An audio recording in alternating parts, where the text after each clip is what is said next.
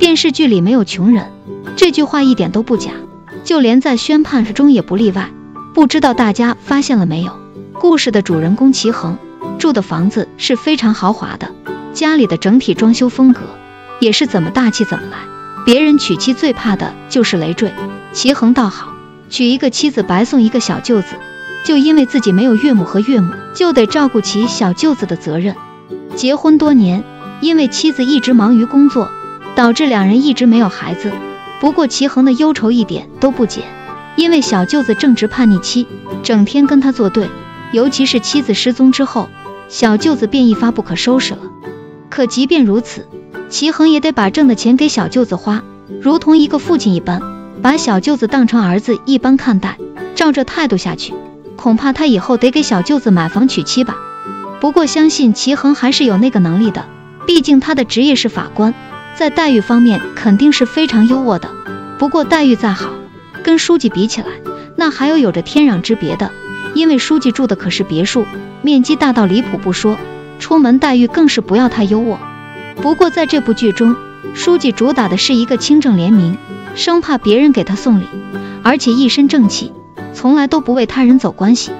罗总的父亲与书记战友，当年在战场上还救过书记一命，这可算得上是生死之交了。可即便如此，每次罗总邀约吃饭，书记都不愿到场，想要叙旧可以来家里吃顿便饭，单纯的聊天也是可以的，至于送礼啥的免了，他不收也就罢了，还多次叮嘱妻子不能违背了规章制度。的确，官员收贿赂那可是要被拉下水的，书记的日子已经很优渥了，自然不会轻易被他人的好处给蒙蔽了双眼。只不过身为书记，这家里住别墅是不是过于奢靡了些？难道说如今的领导待遇都这么好，到了书记级别的分房都按千万级别的别墅去分了？说好的低调呢？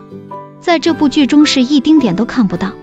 先不说书记的待遇有没有超标，总之在现实生活中，到了这种位置的领导们，就算兜里真的有钱，也不会真的表露出来，因为求办事的人太多了，如果让周围人知道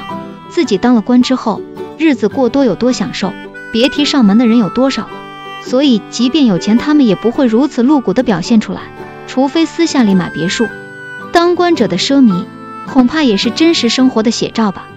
吃这碗饭的人是不可能过上穷酸日子的，毕竟连法院中的一个小员工，就好比马拉松，也在高档小区里住着，更别说领导们了。